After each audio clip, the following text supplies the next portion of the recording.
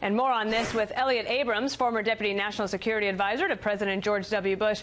Elliot, it's good to see you. Do you think that the sanctions has finally smoked Kim Jong-un out? And what do you think China might say to him if he is indeed going there for a visit? Well, it's a very interesting development. I mean, I think he does have, as Greg said, he's got to check with the Chinese.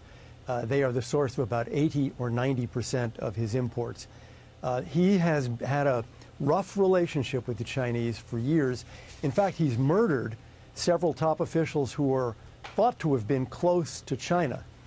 So he needs to repair that relationship. He may be also on an intelligence gathering mission, asking Xi Jinping and others, what is Donald Trump like? How do I talk to him? What is he going to say to me? So it's smart of him to do this before he meets President Trump.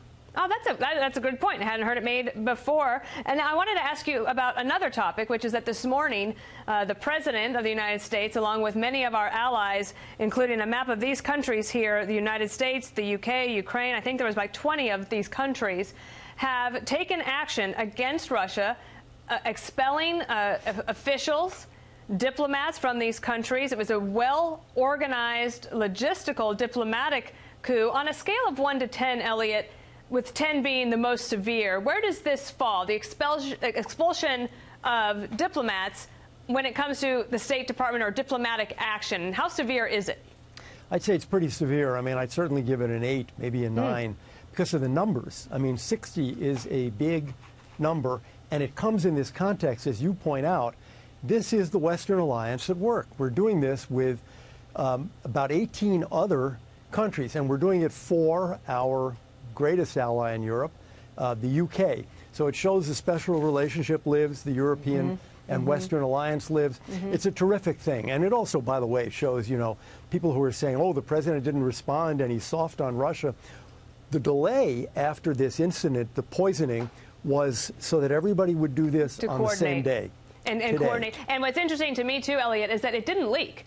Right, so you have all of these states working together. It's not necessarily easy. So I think for people concerned about the state of the world and the alliances, that this would be reassuring. Now, Russia won't let this go unanswered. Take a listen to what the ambassador to the U.S. said. What the United States of America is doing today, they are destroying what little remained of U.S.-Russian ties. I would add that all the responsibility for ruining Russian-American relations is on the United States of America. Now, I imagine, Elliot, that what the Russians really wanted was for the spy to be done away with. But how might they retaliate? How severe might they respond? And do you think that we would see that soon? Yeah, I think that in the next few days they'll kick out some American and other Western diplomats. But what the ambassador said is nonsense. I mean, what is interfering in relations with the West is they go into Western countries, free countries, and murder people. They poison people. So to not have responded this way would have been a huge mistake. And this doesn't destroy Western relations or American relations with Russia. It just says to him, you're going to pay a very heavy price. Think twice about doing this again. And then on my last topic for you, and that is the appointment of John Bolton to be National Security Advisor. A former National Security Advisor that you and I both know and worked with in the Bush administration had this to say.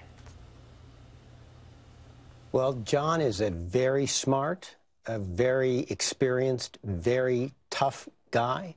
He has strong views, but he was, I think, on balance, an asset for the president and executed the guidance he got for the president. But he's a very capable fellow. Elliot, since you've worked at the National Security Council, I wonder if you could just spend a quick moment explaining to viewers how the National Security Council works and how that person is the honest broker amongst all the different national security apparati. Well, the National Security Advisor does at least 2 things. He takes the information from the various agencies, DOD, State Department, CIA, and so forth, and is an honest broker in getting it to the president. And then there's another function. When the president makes a decision, it's got to be implemented. So you're the cop to make sure that the bureaucracy doesn't interfere with the implementation of what the president has decided. I think it's a fabulous selection of John Bolton. I mean, I think he's the right guy for this job. All right, Elliot Abrams, thank you.